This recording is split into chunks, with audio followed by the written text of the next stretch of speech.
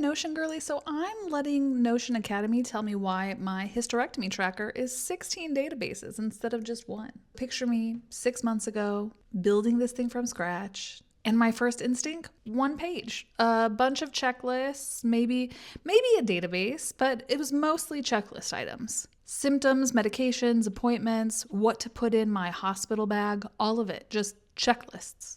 Here's what Notion Academy actually teaches about database organization strategies. Keep in mind, they teach us for sales teams keeping their accounts private, content teams running their editorial calendar. It's all very corporate, very businessy, and we're not going to do that today. But the question is the same. Do you keep everything in one database, or do you split it up? And the signal that they give you is, do these things change on the same clock? Because look, my symptoms changing daily, sometimes hourly depending on the day. My appointments scheduled, locked and loaded. My medications, it's a list. It barely changes. The dosages may change from time to time, but for the most part, it's pretty static. 3 completely different rhythms. So they don't belong in the same database or table. They belong in different databases that talk to each other, which is a whole other separate little cute thing that we'll get to and talked about in previous videos, but just know it's coming. For now, with my surgery tracker, I sat down and I asked,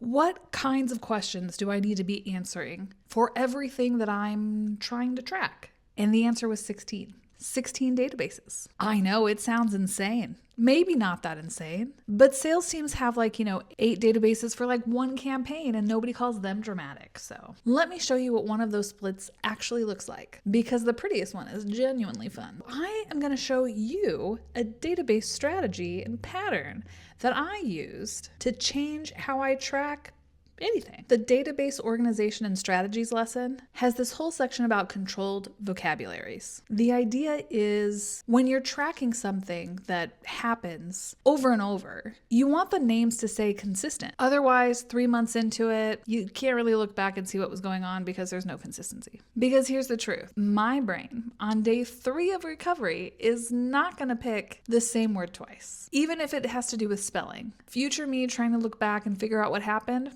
yeah, let's not create problems for myself. So Notion Academy's recommendation is that you predefine all of your options. Pick the words once when you are focused. For my surgery tracker, I took it one step further. I made controlled vocabulary its own database. This is symptoms. It's a catalog. Every card is a kind of symptom. Incision pain, hot flashes, fatigue, gentle horror, that is gas pain. If you know, you know. These are the things you might want to watch for during recovery. And here's the move. I picked all these names once when I was thinking clearly, sitting on my couch, pre-surgery, slightly anxious and overwhelmed, so that when I log these, it just records them. That's it. That's the whole job. We rinse and repeat for medications. Medications type is the catalog. Acetaminophen, ibuprofen, stool softeners. Listen, when you have a hysterectomy, stool softeners become a love story. There are receipts. We don't have time for the receipts today. Medication logs every time I actually took one. So here's the rule. If a thing has kinds and those kinds repeat, the kinds get their own database. Otherwise, it's just 2 databases living in the same workspace, completely ignoring each other. Like roommates with different work schedules. How does my log know which symptom it is? And how do I look back and say, how often did that actually happen? That's the bridge, and that's what's next. I'm going to show you the trick that makes 16 databases stop feeling like 16 separate problems. Database organization and strategies has this line, which you may have heard me mention before. The relation is the bridge, and the roll-up is what you carry across. I've described this previously as introducing 2 databases. You set them up on a date, they have relations. That's still the metaphor. But for the surgery tracker, those 2 databases are not on a date anymore. They're married. They have roll-ups together. It's whatever. So here's what that actually looks like in the tracker. This is symptom types. The kinds of symptoms I may want to watch for. And then there's a symptoms log. Every time I actually log that symptom happening. When I open the cramps card, this one symptom in this catalog, it knows every single time I've logged it. Every entry, dated, listed, it's pulling them through in the relation. And then over on the actual symptom log, every row knows what catalog it belongs to. The cramps card knows that it has logs. The logs know that they're cramps. Mutual knowing, very healthy. We love a relationship where there's open communication. Now here's the part where things get cute. Once those two are related, once they know each other, the catalog card can do something. The card can now do some math. See this little number on the cramps card?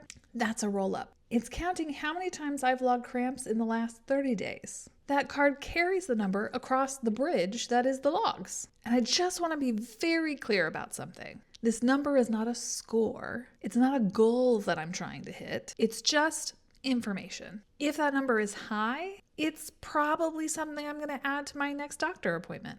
The roll-up is so that I can notice. That's the whole job. Exact same shape on medications. Medications type, related to medication log. Each medication card knows how many times I've taken it. The roll-up is just doing the math on the relationship.